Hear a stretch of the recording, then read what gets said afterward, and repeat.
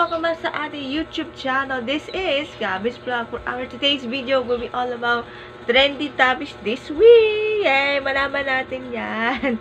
Subscribe na to our YouTube channel. Gusto ko likes, shares, comments, and views. Aabuti ng 500 subscribers. Support natin sa ating social media account. Latest vlog po natin for this week.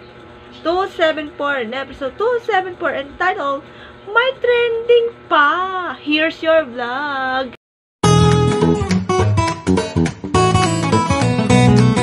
Okay, simulan natin. Una muna natin sa ating new time show highlights.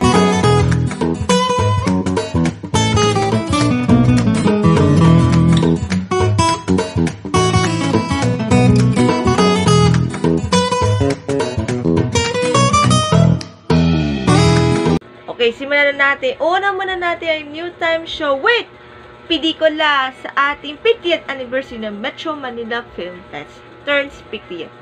Vic Soto's movie, The Kinda with Piolo Pascual, pasok na sa first 5 film entries sa ating Metro Manila Film Fest this year, 2024.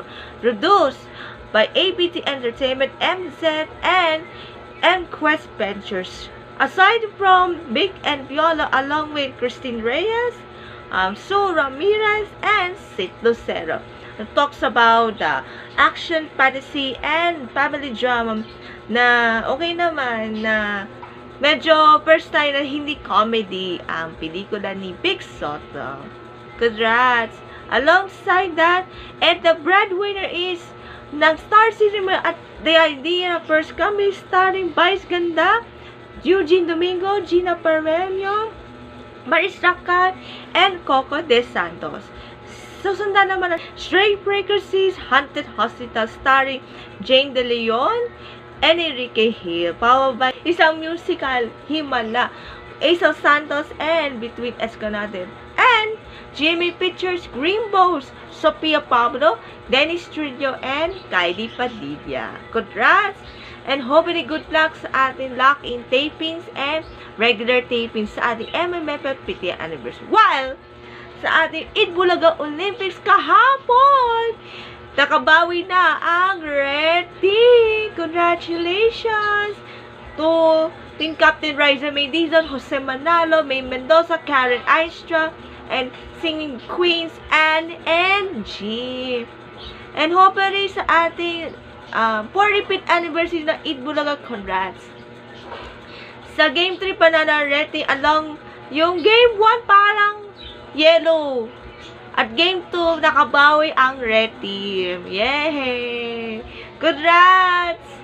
And hopefully sa ating 35th anniversary gaganapin sa ating anniversary ng Itbulaga sa Meralco Theater. Ayan, congrats! Now punta na tayo sa trending music.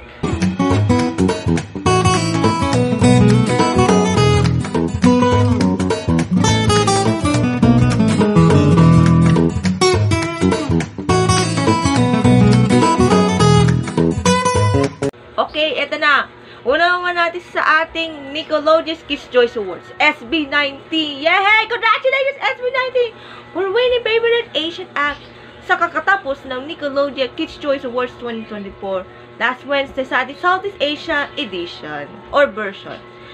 Kalaban ang SB19 ang Enhypen ng Korea and solo artist Tiara Andini. Congratulations!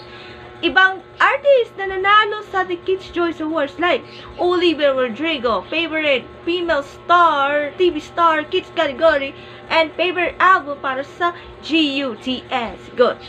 While Bella Porsche nanalo Favorite Social Music Star. Congratulations!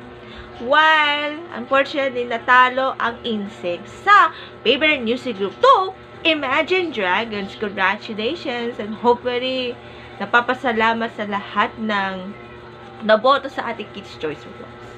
And for our local Pinoy news na songs ay i-review sa ating Himing Handog PhilPop 2024 are ATM by Icy Guerra, Buhi by Ferdinand Aragon, Dining na Lang by Jolly Ann, Ghostwriter Kimo Gumatay, Kurba by Maki, Langit Lupa by Anne Ring, Jekka Morales, and Laika Estrella. Susundan naman ng kanta by Vision na Mahiwaga, Papahiram by Moira D featuring Jonoy Danao. And then, so, song by Kurt Blake na Salamat na, hindi maitindi yung ano, wag na lang. Salamat by Kurt Blake. Then, Noah Alejandre, which is Taliwala, Tulala by Chantel Celine, and Wag Palalaroan by Pana and Tiana Shea. Sorry, Tiana, hindi na pag-usap. Tiana Shea. Good lang and stream na on all digital platforms like Spotify. Philipop Himing Handong will be grand finals soon. Ayan po for our latest vlog for this week. Bye! God bless! See you next vlog!